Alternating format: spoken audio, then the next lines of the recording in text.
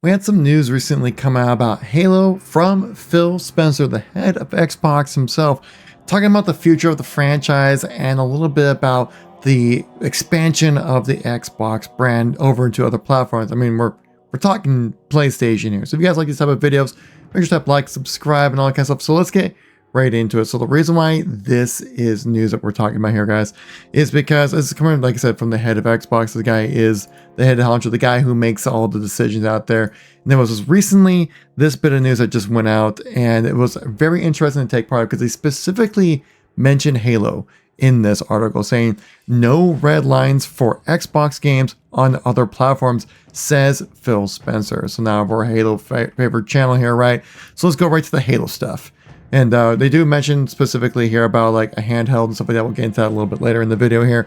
But they said right here, saying, I do not see sort of red lines in our portfolio that thou must not when it comes to Xbox games coming over to PlayStation. Also saying that it's too early to make a decision on the next Halo game, as in, should that game come over to PlayStation? And I mean, there's a lot of different things that we can take in consideration when it comes to whether or not Halo should move over to PlayStation. I mean, I've seen a lot of people talk about that Halo is like the one game that's part of the Xbox portfolio that you would say like, no, that one stays on Xbox. I mean, I've seen plenty of content creators and also news outlets kind of talk about like how Halo and Xbox have such a tied identity, like they're just one and the same, really. But I think it's also just maybe just like a legacy holdover from what made Xbox popular was Halo, but Halo was popularized the Xbox platform and vice versa kind of thing. And so it's probably like a long-term thing of like, well, we've all grew up playing Halo on Xbox, so it would be really weird to have Halo available on other platforms.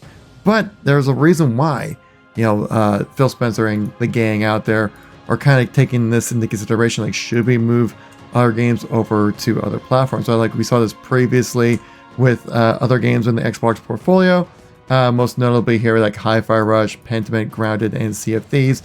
Not exactly like console seller games, right? Like they all have their dedicated communities. Like Hi-Fi Rush, people loved it, very well received. Pentiment as well has been very well received. Grounded, I think, has been kind of pushed a lot for like its tech that it can do. I've seen Xbox and Microsoft show this game so many times over, but I don't really hear anybody ever talking about it. And also Sea of Thieves is like kind of like the live service game that started out really rough and then turned out rather well for itself. But it's always been kind of like a mid-tier kind of Xbox game, like a game that people play, but not a whole lot of people talk about, or you see a lot of action of it online. And it's never really like that most popular of a game on Xbox platform itself. Like just looking at Xbox most played games here, right? You see Call of Duty, Fortnite, Roblox, like all these kind of games up here. You have to scroll down quite a ways before you even see Sea of Thieves, no pun intended actually. Like it's pretty far down there. Actually, I think it's put it as the bottom at like number 30. So even on the Xbox platform itself, that's taken in consideration Game Pass, which it is on, and the Xbox, but I don't think it takes in consideration the PlayStation numbers, obviously. But I just couldn't imagine more people playing on PlayStation than Xbox when it comes to Sea of Thieves, especially for how long that game has been out. Well, then why even bother going multi-platform? Well, this answer is pretty easy. It's money. That's the whole reason why, right? Like, if you just like look at this information, like yeah, these are the AI overview answers, but they source their information from actual websites, so it's taken straight from there. But basically, like the reason why you want to go to multi-platform is increase audience, right? More revenue streams, larger player base, enhanced social interactions, cross-platform between players, stuff like that. Like we've seen this homogenization of the gaming online community as a whole, right? Where especially since the Xbox One era and for moving forward, we've seen a lot more games kind of cross-pollinate between each other, because I think they kind of realize that like you don't need to have like an exclusive game to sell your console, or you don't need to have an exclusive thing to make a reason why people want to buy into your thing. So now let's wrap this back to the Halo side. I think kind of go a little bit of a side rant, but I think it's important to kind of touch on these kind of subjects, because the next thing we want to talk about is like the recent leaks and rumors talking about the widely reported thing of a Combat Evolved remaster also being developed with PlayStation 5 in mind. This was released from Tom Warren from The Verge, a rather credible source when it comes to this information about Xbox insider information. It was part of like his notepad kind of thing, so it's kind of like a paid little extra deal right here. but there is a Halo game that's in consideration when it comes to coming to Sony consoles. And it just would kind of line up, right, with especially with Halo being like a game that's been honestly kind of struggling for the last few years, right? Especially when it comes to the player base. Like if anyone's been playing Halo for long enough, you know that what we're talking about here is that, like, yeah, it's been a little tough on the population side of things when it comes to Halo, especially if you want to do like a live service multiplayer type of game, which desperately needs a population for it to succeed. And if it's strictly tied to PC and Xbox, well, that just puts a big limitation on what the possibilities are for the game. And so if you're able to be on multiple platforms, it just gives Xbox more opportunity to, well, make more money, which is like the whole purpose of the company in the first place. Well, I mean, not the whole purpose, but like, I mean, that's the reason why the things are still going, why they're still making Halos. But me, as someone who's a long-term Halo fan, been playing since 2001, right? Back when I got the first Xbox and Halo on console, way back then. Do I feel like the game should come out on PlayStation and other platforms? Actually, yeah, I would be totally okay with that.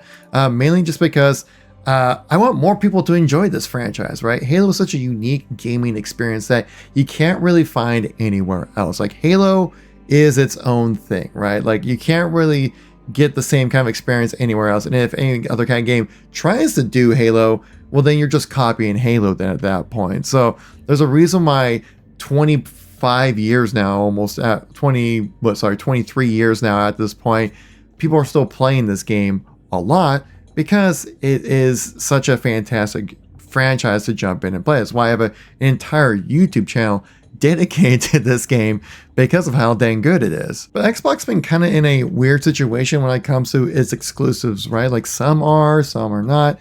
This article actually kind of talks into that a little bit as well, with like Starfield being still exclusive. Like, we've heard leaks and rumors about it coming to PlayStation, but that's all we can really roll off with right now. Only until recently, the Indiana Jones games was just announced to be a timed exclusive. But the funny thing was that, like, the reveal of this information didn't really go over, I think, as well, I think, as maybe like Xbox was kind of hoping for. This was like, just watch like the crowd reaction when they announced the game coming to PlayStation. Doesn't that look great? A world of mystery to explore, but you're probably wondering when the game comes out, right? Well,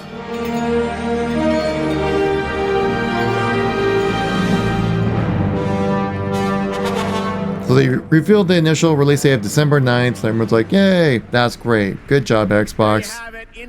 But there's one more thing. Is coming out this December for Xbox Game Pass and PC.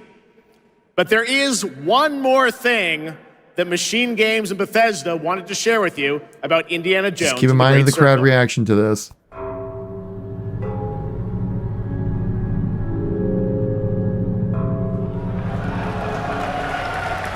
The game's coming to PlayStation 5 in spring of 2025. You can kind of see what I'm talking about here, where like it was kind of like a really mild reaction to it. Like, you didn't hear like, oh, or people going gasping or anything like that. It wasn't like when Halo Infinite was revealed, right, at E3 back in 2018.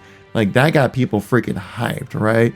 But I think it's also because Indiana Jones, like, that game is just kind of like in a really interesting place that like people, I think, are still trying to figure out if they even want to play that game in the first place. But, you know, it's kind of interesting to see like how they're trying to push more games over to PlayStation, but then also having some exclusivity when it comes to their IP. So it's just kind of, it's all over the place. Seems kind of like messy. It just seems like, well, what about this one? What about that one? So it'd be interesting to see like how Xbox moves forward when it comes to like their IPs and what they want to do with them. Like, do you want to maintain this exclusivity? Do they want to go by like a case-by-case basis with them? It's all kind of all over the place right now.